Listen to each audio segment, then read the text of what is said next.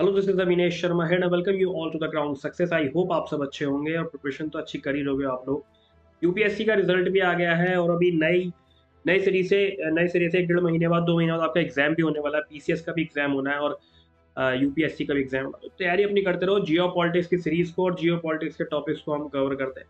दोस्तों, आज की वीडियो में देखो दोस्तों, थंबनेल पर और टाइटल में आपने देखा है कि क्यों इसराइल ने ईरान पर अटैक किया और ईरान ने अपने डिफेंस सिस्टम को क्यों एक्टिवेट किया।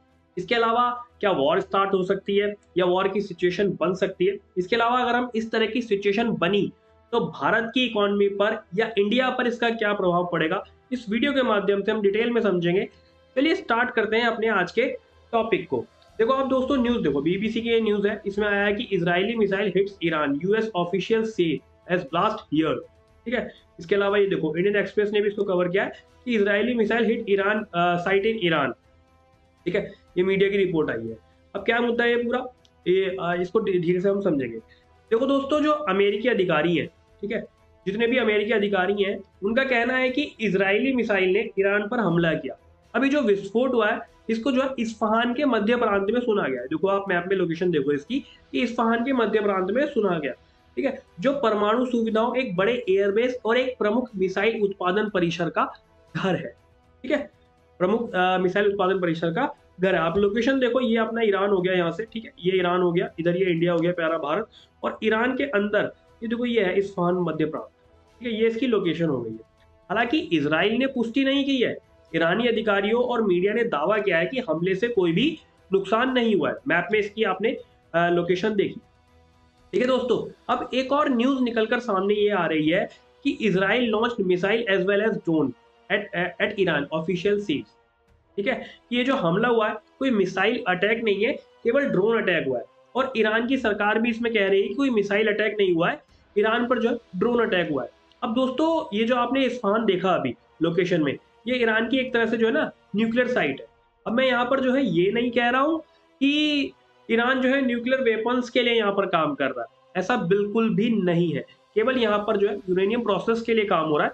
फ्यूचर में क्या हो इसका कोई अंदाजा भी नहीं लगाया जा सकता, लेकिन फिलहाल एक तरह से न्यूक्लियर साइट है और यहाँ पर यूरेनियम प्रोसेस के लिए यहाँ पर जो है काम हो रहा है। ठीक है, अब दोस्तों यहाँ पर एक और नया सवाल ये बनता है कि इसराइल और ईरान के बीच में ऐसी क्या दुश्मनी है। दोस्तों, इससे पहले इसराइल और ईरान जो है वर्षों तक चले छाए युद्ध में लगे हुए थे, जिम्मेदारी स्वीकार किए बिना एक दूसरे की संपत्ति पर हमला कर रहे थे। अब पिछला जो अक्टूबर है, उसमें पास के इजरायली समुदाय पर फिलिस्तीनी समूह हमास के हमले का गाजा में मौजूदा युद्ध के दौरान उन हमलों में काफी वृद्धि हुई। अब ईरान में 1979 की इस्लामी क्रांति तक दोनों देश सहयोगी थे, जिसके बाद एक ऐसा शासन आया जिसने जो है इसराइल का विरोध करना अपनी विचारधारा का एक महत्वपूर्ण हिस्सा बना दिया। ठीक है, ईरान जो है इसराइल के अस्तित्व के अधिकार को मान्यता नहीं देता है और इसका उन्मूलन चाहता है, यानी कि नष्ट करना चाहता है। देश के सर्वोच्च नेता अयातुल्ला अली खामेनेई, ठीक है, अयातुल्ला अली खामेनेई, देखो ये विकिपीडिया है, सुप्रीम लीडर ऑफ ईरान है ये इनकी इमेज। ठीक है, तो देश के जो सर्वोच्च नेता अयातुल्ला अली खामेनेई ने पहले इसराइल को एक कैंसर ट्यूमर कहा था, जिसे निसंदेह उखाड़ दिया जाएगा और नष्ट कर दिया जाएगा। ठीक है, इसराइल का मानना है कि ईरान एक अस्तित्वगत खतरा पैदा करता है, जैसा कि तेहरान की बयानबाजी, लेबनानी शिया आतंकवादी समूह हिजबुल्लाह सहित क्षेत्र में प्रॉक्सी बलों के निर्माण जो इसराइल के विनाश की शपथ लेते हैं, और हमास सहित फिलिस्तीनी समूह को इसके वित्त पोषण और हथियारों से प्रमाणित है। इसमें ईरान पर गुप्त रूप से परमाणु हथियार विकसित करने की कोशिश करने का भी आरोप लगाया गया। हालांकि ईरान परमाणु बम बनाने की कोशिश से जो है इनकार करता है। अब एक नया सवाल हमारे सामने निकलकर यह आता है कि यदि इसराइल और ईरान का युद्ध हुआ या वॉर की सिचुएशन बनती है, तो भारत की अर्थव्यवस्था पर और भारत पर इसका क्या प्रभाव पड़ेगा। दोस्तों, इसराइल और ईरान जो है दोनों तेल की भू राजनीति में महत्वपूर्ण इंपॉर्टेंट खिलाड़ी। अब क्षेत्र में कोई भी संघर्ष तेल आपूर्ति को बाधित कर सकता है, जिससे जो है वैश्विक तेल की कीमतों में क्या हो सकता है, बढ़ोतरी हो सकती है। ठीक है, भारत तेल आयात पर बहुत ज्यादा निर्भर है और तेल की ऊंची कीमतें इसके आयात बिल को बढ़ा सकती है, जिससे मुद्रास्फीति का दबाव और उच्च ईंधन लागत बढ़ सकती है, जो अर्थव्यवस्था के विभिन्न क्षेत्रों पर एक निगेटिव प्रभाव डाल सकती है। इसके अलावा मिडिल ईस्ट में तनाव बढ़ने से वैश्विक बाजारों में अनिश्चितता पैदा हो सकती है। इन्वेस्टर जो है वो सतर्क हो सकते हैं, जिससे भारत जैसे उभरते बाजारों से पूंजी की निकासी हो सकती है।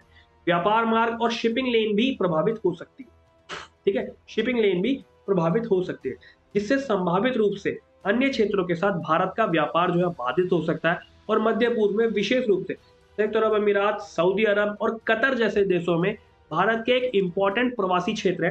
क्षेत्र में कोई भी संघर्ष भारतीय प्रवासियों और वहां काम करने वाले व्यवसायों के लिए सुरक्षा जोखिम जो है पैदा कर सकता है, जिससे संभावित रूप से प्रेषण प्रभाव में व्यवधान उत्पन्न हो सकता है।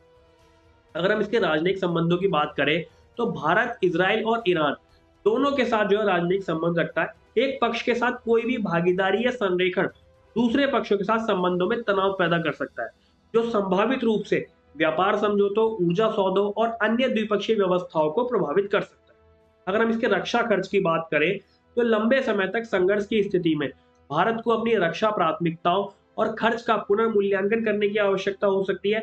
रक्षा खर्च में वृद्धि से अर्थव्यवस्था के अन्य क्षेत्रों में संसाधनों का विकेंद्रीकरण हो सकता है, जिससे संभावित रूप से बुनियादी ढांचे के विकास, एजुकेशन, हेल्थ, इन सब पर जो है असर पड़ सकता है।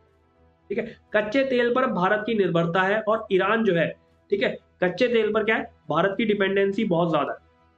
ये एक मिनट लोकेशन से थोड़ा सा आप समझो, ये ठीक है, इंडिया का ये, ठीक है, उधर ये ईरान है। भारत की डिपेंडेंसी जो है कच्चे तेल पर बहुत ज्यादा, और ये जो लोकेशन आप देख रहे हो ना, ये होगी स्टेट ऑफ हॉर्मुज। ठीक है, ये रेड सी वाला एरिया हो गया। अब यहाँ पर अगर वॉर की सिचुएशन बनेगी तो नॉर्मल सी बात है, ईरान जो है इसको ब्लॉक कर सकता है।